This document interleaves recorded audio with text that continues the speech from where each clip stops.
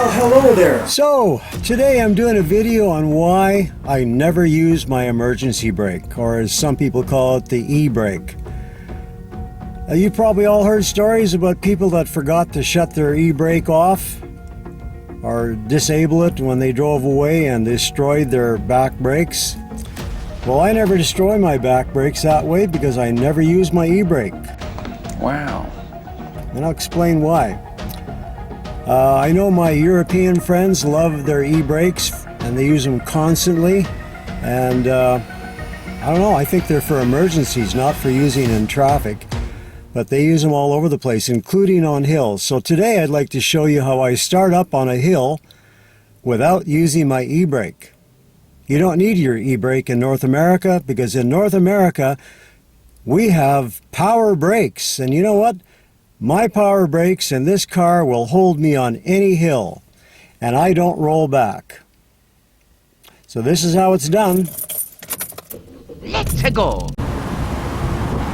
So we're on a boat launch on the river, and my car, a front-wheel drive, is wisely parked towards the river because otherwise I wouldn't be able to get it up. And I'm going to back this car up the boat launch without rolling forward.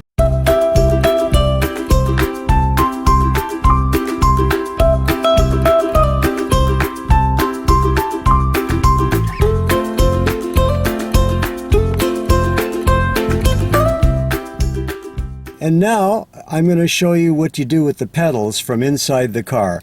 And I will not use the emergency brake at all, because this is not an emergency, it's simply starting up a hill. So the procedure to start up a hill without using the emergency brake is very simple. It's not rocket science. All you do is you hold your foot on the brake, and with your clutch you find the friction point, or as they say in Europe, the biting point. And when you've found your biting point, you simply move your foot from the brake to the throttle and start up the hill. And you should not roll backwards if you do it properly. So here we go. We're going to do it, and I'm going to show you the pedals. So the procedure is simple. You simply find the friction point, which is right there, and go over to the brake, to the throttle, and away you go. Now how easy was that? So we're going to start up the hill. First of all, we simply put it in first gear. We find the friction point, which is right there, and we go. Okay, so we got a hill here, and we have no emergency brake because this is not an emergency. And we're going to simply start up the hill by finding the friction point, and away we go. Just like that. It's just that easy.